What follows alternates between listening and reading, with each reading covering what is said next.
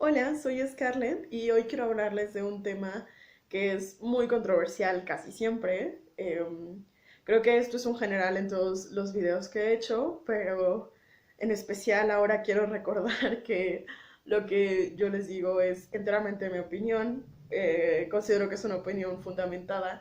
Como siempre considero que hay mucho que me falta por aprender y que esto lo tomen para argumentar y debatir conmigo y en sus casas y con sus tíos y con sus primos y con todo el que puedan, porque de eso se trata, de generar debates y de generar más conocimiento a partir de eso, pero para nada estoy tratando de imponer una verdad ni de decir que lo que yo digo es 100% lo que es, nunca.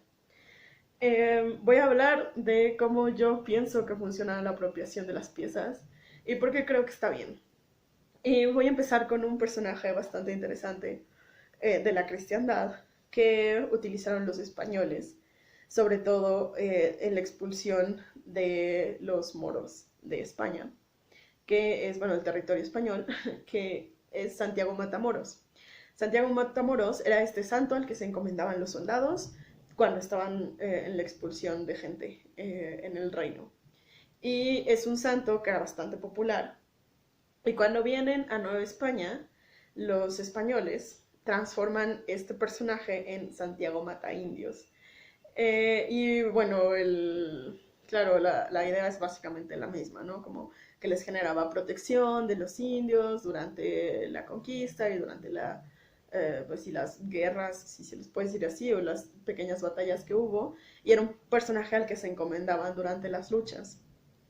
Y cuando llega la independencia, o cuando se está acercando la independencia, aparecen ciertos personajes interesantes iconográficamente, porque son Santiago, pero esta vez Santiago es un personaje de Nueva España que está asesinando españoles. Y entonces, de ser Santiago Matamoros a ser Santiago Mata Indios, pasa a ser Santiago Mata Españoles durante el inicio de la independencia y un rato.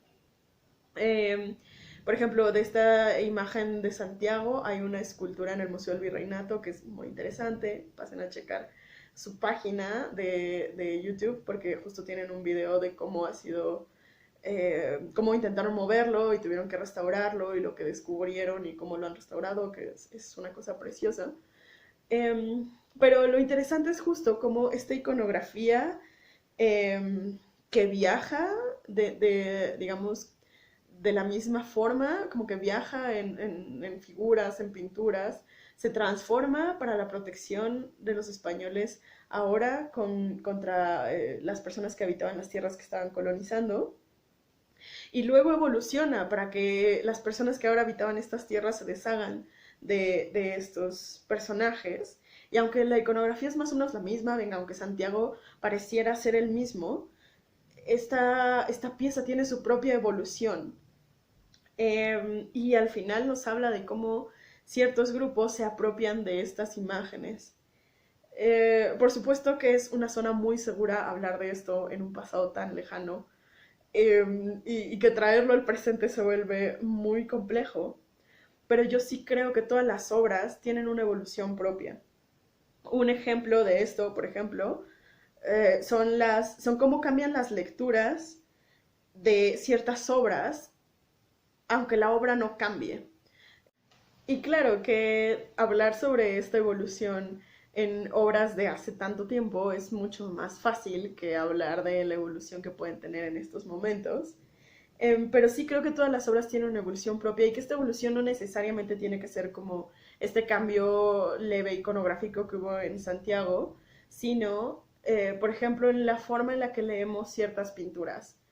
Creo que un ejemplo que puede ser un poco obvio puede ser la pintura del origen del mundo de Courbet, que Courbet la pinta para un coleccionista privado que tenía una colección como de arte erótico y luego se pierde durante muchos años y se encuentra en el estudio de Lacan, tapada con un velo verde, y luego se exhibe en un museo en Nueva York, me parece, no estoy muy segura de ese dato, pero en Estados Unidos, y ya no es con esta cortina, pero sí es como detrás de un muro y se esconde, y como hoy se encuentra en Francia exhibida y que no tiene ningún tipo de veladura, ¿no? Por ejemplo, esta obra que en un principio pudo ser tan escandalosa para su época y que hoy nos resulta mucho más natural, y que ha sido retomada por performance, por artistas del performance muchas veces. Pero también está, por ejemplo, las lecturas que se pueden hacer a la hora de Fragonard. Creo que en mis videos he criticado 18 veces a la hora de Fragonard, pero es que de verdad me enoja que todavía no haya críticas importantes académicamente o crítica. No, ¿por qué lo seguimos estudiando? No lo entiendo. Eh, pero están estas obras de Fragonard, ¿no? Que en su momento era como, oh, el cerrojo, y entonces era este hombre coqueto que conquistaba a la chica y que hoy claramente podemos decir, no, eso se llama violación y no está bien. Y que justo esta lectura, no podemos pensar en que la pieza va a ser estática, no podemos pensar que en pleno siglo XXI vamos a seguir leyendo las obras de Fragonard como si nada sucediera, ¿no? O los títulos de las piezas como, ¡ay, sí, la jarra rota! Se ve un poco lastimada esa mujer.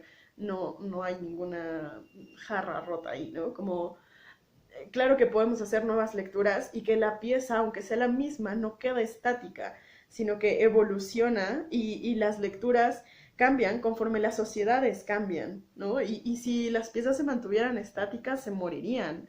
Si las piezas significaran lo mismo siempre, que me parece algo imposible, pero si intentáramos decir, no, es que esta pieza tuvo esta importancia y entonces esto siempre va a ser esto, entonces a la sociedad ya no nos importaría, a las personas ya no nos importarían estas piezas porque ya no hablan de nosotros, porque ya no nos dicen nada a nosotros, que ya vivimos en otra época y en otro contexto, y en cambio yo sí creo que las piezas cobran vida conforme las volvemos a leer, y soy muy radical, entonces no me importa si de repente las destruimos o si las pintamos encima, yo siento que a este punto de la vida no perdemos mucho. Porque hay registros y porque hay obras que hemos estudiado hasta el cansancio y que sería bastante interesante volver a ellas, pero con una mirada distinta. Y que, por ejemplo, es algo que pasa con los monumentos ahora, que sé que entró en terreno pantanoso, pero los monumentos se crean en México en un momento muy específico. Es el momento donde se intenta reafirmar la idea de un pasado glorioso y de un presente increíble y de una ciudad cosmopolita. Y entonces vamos a poner a Contreras a hacer millones y millones de estatuas para llenar todo de monumentos y decir que somos increíbles y parecernos a las ciudades francesas. Y que hoy en día podemos decir, ni siquiera sé quién es ese señor. O sí sé quién es el señor y me cae muy mal porque no estoy de acuerdo con lo que hizo. Y entonces, aunque sea el mismo monumento, empieza a tener distintos significados y empieza a ser algo para criticarse. Con esto no quiero decir que vamos a quemar todos los museos y destruir todo el arte, pero quiero decir que el hecho de que lleguemos a querer destruir todo es parte de la pieza. Es parte de la pieza amarla o odiarla y cambiar de opinión al respecto, y que la pieza sea de repente el centro de atención y que de repente ya no la peleemos. Incluso el mismo ejercicio curatorial habla de eso, de cómo hay mejor o mayor gusto por esa pieza en ciertos momentos, o de cómo podemos centrar una atención distinta a las piezas. Por ejemplo, este ejercicio que hizo el Munal cuando vino una pintura de Caravaggio, de, ok, es una colección que ya tenemos, que la gente ya ha visto, pero ahora vamos a darle otro sentido o otro tipo de lectura, vamos a ofrecer como unas premisas distintas a partir del uso del claroscuro y cómo esta técnica llega a las academias en México. ¿Sabes? Como siempre la obra está cambiando, no necesariamente porque su materialidad cambie, pero sí porque las lecturas sobre esta cambian y porque nosotros como sociedades cambiamos. Y entonces, más allá de enojarnos porque las destruyen o no, o destruirlas o no, es muy interesante preguntarnos por qué están cambiando, como qué es lo que ha estado cambiando en nosotros, que esas piezas ya no caben, y llevar eso a los debates y traer eso a la mesa de nuestro comedor con nuestras abuelitas y nuestros papás y nuestros tíos machitos, porque de eso se trata, porque si hay algo que podemos hacer con el arte es detonar preguntas con el arte y con todo, por favor, pregúntense sobre todo. Em, pero justo hay una cosa ahí que podemos hacer siempre, hay algo potencialmente en estas piezas y en estas cosas, porque siempre que se ha hecho arte, se ha hecho en un contexto y de alguna forma habla de ese contexto y cuando lo retomamos ahora desde nuestros contextos y descubrimos que no somos tan diferentes o que sí lo somos y por eso me parece interesante esta evolución del arte y que las piezas cambien conforme nosotros cambiamos, porque de nada sirve tenerlas estáticas en una vitrina fingiendo que no va a haber otras lecturas, porque las va a haber. Entonces, abracemos esas otras lecturas, tratemos de entender por qué o de dónde están saliendo y si tal vez nuestras lecturas tienen que cambiar ahora o no. Y bueno, eso sería todo por este video.